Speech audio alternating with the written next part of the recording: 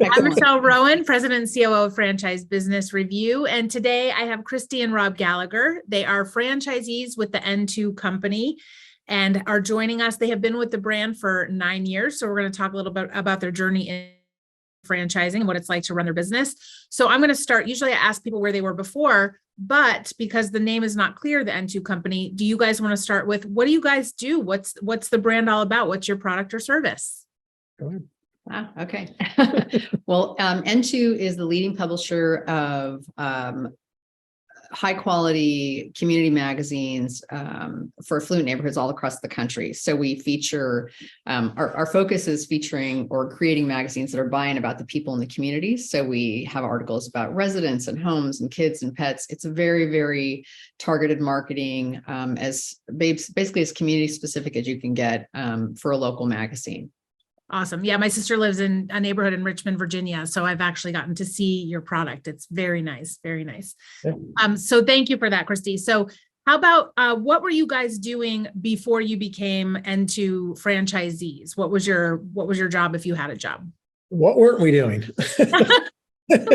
We've always owned our own businesses for about 30 years now. So we were in the beer industry. We had a beer distributorship. We had a liquor importing company. We had a couple smaller various companies, but that's what we were doing prior to N2. So you guys did work together previously and not franchises. They were just independent businesses. Excellent. So what made you either interested in specifically N2 or just what made you start looking for something different? And how did you come about finding N2 as an opportunity? I found N2 actually on Indeed, and I was kind of poking around online looking for opportunities because our oldest daughter was getting ready to go to college. And I was looking for something to have some flexibility, have a decent income opportunity. And it just seemed interesting to me. I had no idea at the time that it was going to become our main thing. I thought it was just going to be a little side gig that I was going to do.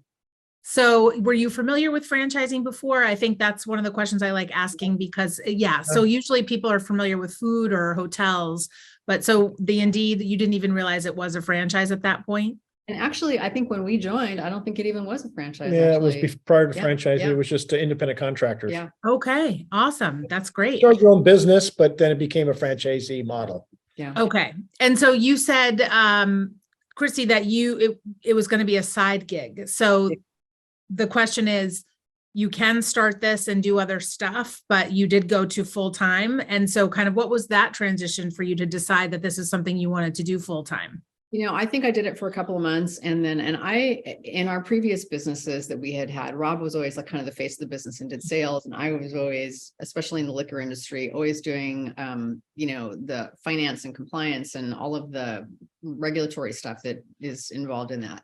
This is the first time that I had been actually in outside sales, and I really, really enjoyed it. But when I got into it, I realized, you know what, this is really a cool business model and super fun. And I thought, you know what, he's going to be awesome at it. So pretty quickly, I started, trying to kind of send information his way and like, hey, what do you think? And in a few months, we were both doing it full time. And within, I think it was about a year, at that point, we decided to transition. No, it was about 4 years, 3 or 4 years into it, we decided to get out of the liquor business. Liquor business has gotten kind of consolidated quite a bit. So it was harder for smaller businesses to get attention from the bigger distributors because they had their big brands. And so it just got to the point where we're just kind of beating our head against a stone.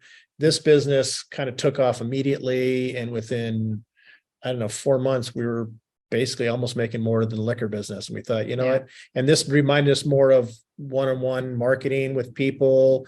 You weren't dealing with big corporations, although you can deal with big corporations, but again, you're dealing with just mom and pop businesses like yourselves. So you can relate. Everybody can relate to each other. And it just became fun again. It was like kind of what the liquor business used to be like. And we're like, we like this business. So we sold the liquor company and decided to do this full time just because of the flexibility. Yeah. So you mentioned being really great in sales is helpful for you in this job.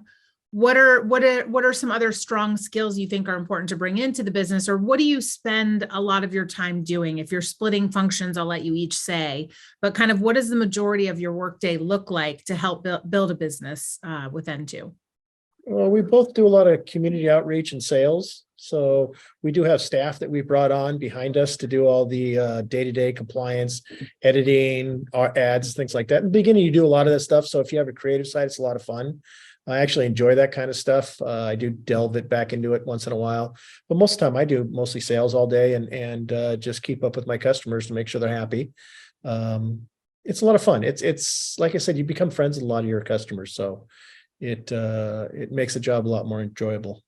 Yeah. So you're active in your community to build those relationships. It's okay.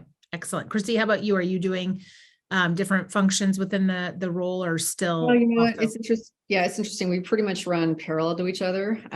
So we're both out, making sales and again, working with our customers, just a lot of taking care of people, I would say, that we work with. And then we do, initially when we started, we did everything ourselves. So gathered the content for the magazine on a monthly basis, worked with resident writers, all of that. Now we've got at this point two staff people that work with us, Or three. three. Yeah, we have one who's our editor. Well, we have an editor position. We have someone that manages our ads and works with our business partners on their ads, and then we have someone that does our social media. So, but beyond that, so that takes care of a lot of the stuff that could keep you tied to your desk. Yeah. So that allows us to be out and about and just meeting with people and a lot of free time too. And it didn't take long to get to that point either. Yeah. It took us about a year. And it's good to learn any business you're getting into. I always tell people, learn from the top to the bottom, because you know what, if you're going to hire somebody, at least you know what to expect from them. Yeah. We just hired another salesperson to help us out at the beginning of the month. So we'll hopefully be hiring another salesman probably in May or June is what we're planning. So we'll have two salespeople out there helping with us, what we're doing as well. So, Yeah. and the nice thing about it too is depends on where your territory is. If you have enough businesses around, you don't really have to travel far to see these people. I mean, we were just talking about mileage on our cars. I think I've put 20,000 miles on my car in 4 years. So it shows you I don't drive much, but we get a lot done. Yeah. So, That's great. Now Yeah. you mentioned, I understand when you're first ramping up, you're spending more time in the business, you're learning all those aspects, but it sounds like you are not working as hard or as many hours as you were in previous roles. I got that from Christy. So how many hours do you think you are putting into the business, or what is that flexibility like? Is it every day? Is it certain days of the week, or how are you breaking up that schedule? Personally, I keep pretty busy, but as far as hourly, we do a lot of activities. So we outside the business as far as sports and keeping active and stuff like that. As far as working, don't let anybody see this outside. Probably 20 hours a week, is what I work now. Before, So it's really, you can fit it kind of into your schedule as you. Absolutely. Yeah. At the beginning, like any business, you got to go out there and bust it a bit. Yes. And you got to spend the time. You may spend anywhere from 40 to 60 hours a week. You may spend 30 to 40. Just depends how effective you are. But once you get it going and you get those relationships going, you get the businesses going, you got all your systems in place, you really can kind of do your own schedule. And you're not beholden to anybody saying, hey, you get 8 to 5. It's just nice. I don't really schedule any appointments till about 10:30 in the morning. That's why I kind of start my day. I do a lot of things in the morning. I'll check my computer and stuff like that. But that's great. Keep it pretty loose. Yeah. So are there any challenges that you find in running the day-to-day or in growing the business? Mm-hmm. I mean, I think we've got it, at this point, we've got things figured out pretty well, what works for us. I think some of the challenges that people that are starting in the business have, when you're in that sales mode, when you just get started, I mean, it's a lot, to get things rolling. You're starting from scratch, right? And I think people kind of get this, sometimes they get this mental feeling that they've got to maintain that level of activity forever, and they feel like they're a hamster in a wheel, and that doesn't have to be that way. If you're, again, establishing good relationships with your customers, you're going to have good renewals, you're going to get good referrals. It's just, I think this week I had 3 meetings, and those were all people that called me. It's like I didn't have to go out and beat my head against a wall to get meetings or something. So if you create a good business, then it's going to pay off. If you do it the right way, it's going to pay off. And that's, I think, what we've been able to really enjoy, which is awesome. That's great. Yeah. And like any business, what you've learned in the past, you can always pull with you. The system they have here is a little bit different as far as sales. It's very structured when you get into it. And I kind of had to relearn a lot of things I had learned in sales. But once you get the hang of it, you really kind of put your own feel into it. So as long as you, like you said, build those relationships and go out there and you'll be fine. Yeah. So how about that? As far as you had mentioned that it's kind of a strict process, what are the tools or the community? What do you love about the N2 company in the way that they support you? Or are you connected to the other franchise owners within the network, and how do they impact your business or your success?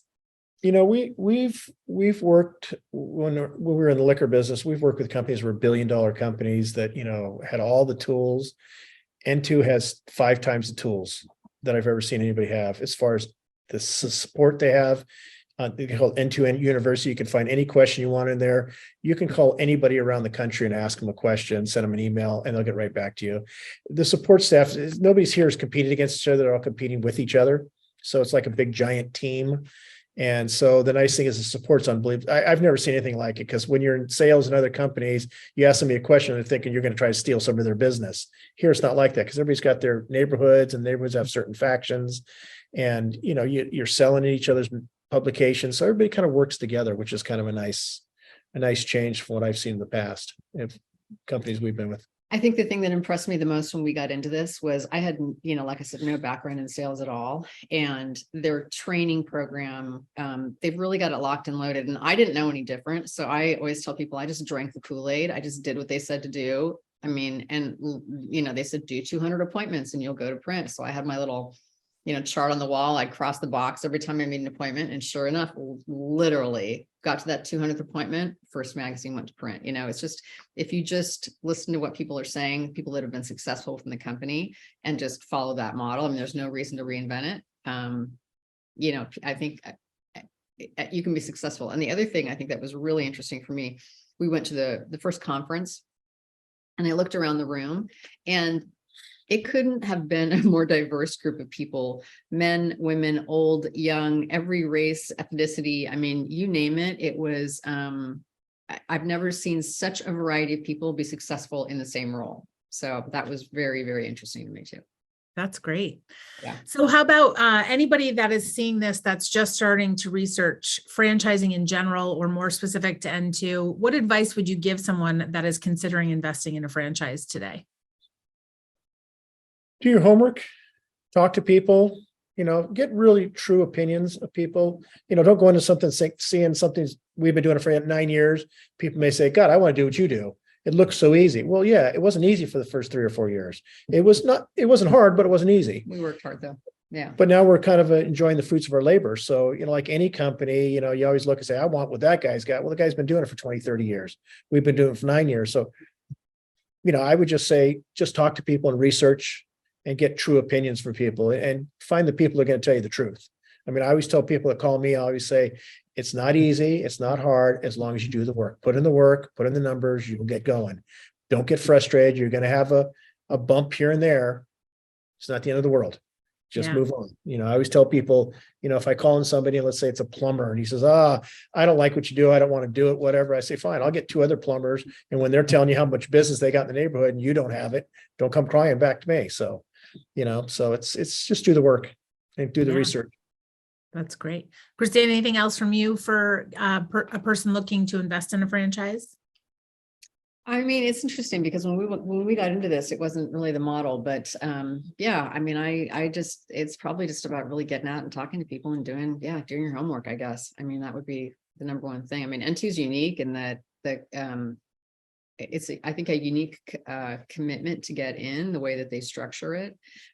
It's really, because it's not a huge financial commitment to get in, obviously, but it's more about how quickly can you get up and get to print and start making money, you know? And so again, it's all about how hard you want to work and how committed are you, and are you going to, you know, you're going to be able to take those knocks in the beginning and get up and keep going. I mean, that's really what is going to make people successful. That's awesome. Great. Well, I thank you both for your time today.